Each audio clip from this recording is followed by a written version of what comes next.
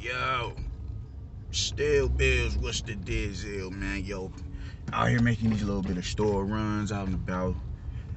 Still early in the day, I can get back home and chill and cook at a nice little steady pace to take up my duration of the day before I go back to work tomorrow to start my work week, man. But peep game, man. I haven't made a video about it, and I know it's coming up soon. Chris Algeriw versus Conor Benn, man. Let's talk about that. I think that's a hell of a fight right there, man. And I think I like how they're easing Conor Benn into, stepping up his level of opposition. I dig that, man. I still got faith in the kid. You dig? It's just, I don't know, man. It's the dog in him, honestly, that has me like, yo, man, I think this kid can do all right in this realm. Like I said before, I don't know if he's spoon-fed or not. I don't know what his background is. I know, Nigel was his pops.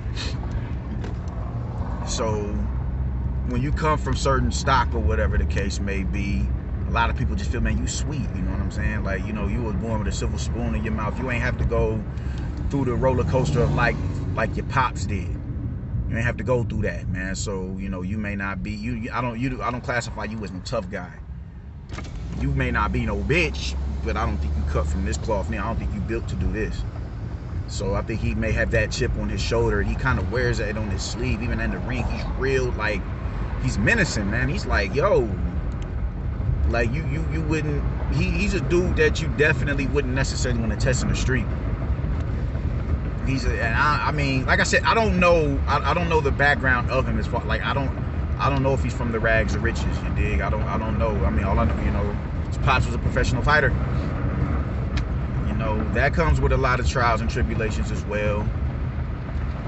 I mean, just I'm speaking, economically, you dig what I'm saying? Just, I don't know if he was well off to do, I don't know. I don't know about his background, man, but from the outside looking in, because his pops was a notable boxer over there in the UK, you would think, I don't know, homeboy. It's one of them type of situations, and I think he carries that on his shoulder. Like, niggas really think shit is sweet out here, man. With me, And I get that. I don't come from a well-to-do family financially, man, but like I said, my mom and pops were Christians, disciplined Christians. I grew up in church.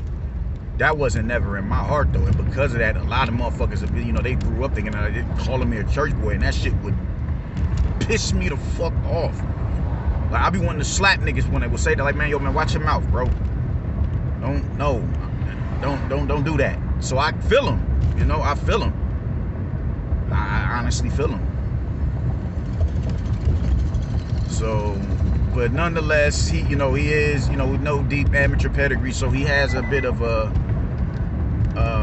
bit more of a rocky road to take if he wants to, get, for his championship aspirations, man. And after his performance with Adrian Granados, even though he clearly won the fight, it was just spurts in the fight where you're like, man, nah, homie, nah, you need a little bit more grooming. So I like how they not putting him in there with nobody, of, I don't want to say of worth or whatever, because I think Chris Algeriw's on a winning streak right now. But he's not, he at the most, he can go into this fight looking to sharpen his boxing tools, not just go in here and look for a bang out. Nah, he's gonna go in here and put his boxing acumen to the test. Because Chris Algeriw, you know what you're gonna get with Chris Algeriw. You're not getting no knockouts with Chris Algeriw. We taking you to boxing class. We going back to the backyard. We gonna show you what the fundamentals is about. And if your fundamentals can be somewhat on par with his or usurp his, all right, cool. Now we can go back to gradually moving you up through the rankings. So I like it, man. I like it. I think it's a real smart move. I do, and I like that he's not arrogant to the point where he's like, nah, man, I want so-and-so. Even though he was getting to that point, not from a sense of arrogance, but I think he thought he was ready for the Kell Brooks and the Amir Khans and shit like that. I think he thought he was ready for that, not due to arrogance, but just, he was really like, oh, man, hell yeah, I'm ready after the Sammy Vargas win. He was feeling this, not feeling himself like from a sense of arrogance, but you know, it's like the Teofimo win against Lomachenko. When he beat Lomachenko, he he ignored all the flaws in his game because of that, and he ignored how he got the victory to begin with. He ignored that. He ignored that the nigga was, you know, Teofimo was bigger than him. He was the bigger puncher, and Lomachenko respected his power.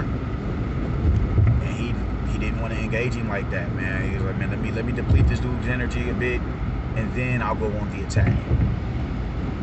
He didn't choose. He chose to ignore that. He chose to ignore what happened from round 7 and 8 to the 11th, where Lomachenko really stepped on the gas. He decided. He chose to ignore that shit. And when he chose to ignore it, now here we are with him talking about how he wants. We'll do a video on that. But nonetheless, man, I like how they're moving Conor Benn along. I like how they're handling him. I like how they're managing his career. I think it's dope, and I think it's dope that he ain't, to my knowledge, ain't on no extra. Man, who the fuck is Chris Algeriw? Overlooking Chris Algeriw, because Chris Algeriw has been in there with some demons. Manny Pacquiao being the most demonic of the demons, and Ruslan Provodnikov. You dig? Like that? That was a scary dude. Ruslan was scary. I mean, I don't know what even happened to him, man. But that was a dude. Like, if you could get through Ruslan Provodnikov, yeah, that speaks to who you are as a fighter. Just your toughness and your mental fortitude, man. So for him to get through, beat Ruslan, get a title, and go on to fight Manny, kudos. And he's been in there with Amir Khan. I personally thought he drawed with Amir Khan, but he's battle tested nonetheless. He's battle tested. He's put his skills to the test amongst the best. So I think this is a real good litmus test for Conor Benn, a bigger test than it was for Adrian Granados. I think this is a much bigger test than it was with Adrian Granados, and we're gonna see what he's made of, man. Like I said, I still got faith in Youngin. I still think Youngin has what it takes to become, if not a champion, at the very least a very solid, incredible contender. A very solid, incredible contender. Very much so. But I do want to, I do think this is the best test for him. I do think that this, you gotta understand, you ain't always gonna get knockouts. He has bricks for hands. It's a lot of power in his hands. But like Teddy Atlas says, what's the use of the bomb if you can't find the target? You feel me? So let's see how he does against Chris Algeriw. And hopefully he does, what it is that he's supposed to do and get back on track where he's supposed to be at. Because that Adrian Granados was, even though he clearly won the fight, that was a step backwards, man. That was a step backwards. That was I don't want to say a tremendous step backwards, man, but it was glaring that, all right, yo, man, he needs a little bit more work, just a tad bit more. So I'm guaranteeing him and his trainer are looking at the footage from that fight, and they back to the drawing board, ready for later on this month, man. So I can't wait to see that shit, and that's how I'm feeling about this shit, man. Like and subscribe, yo. Peace.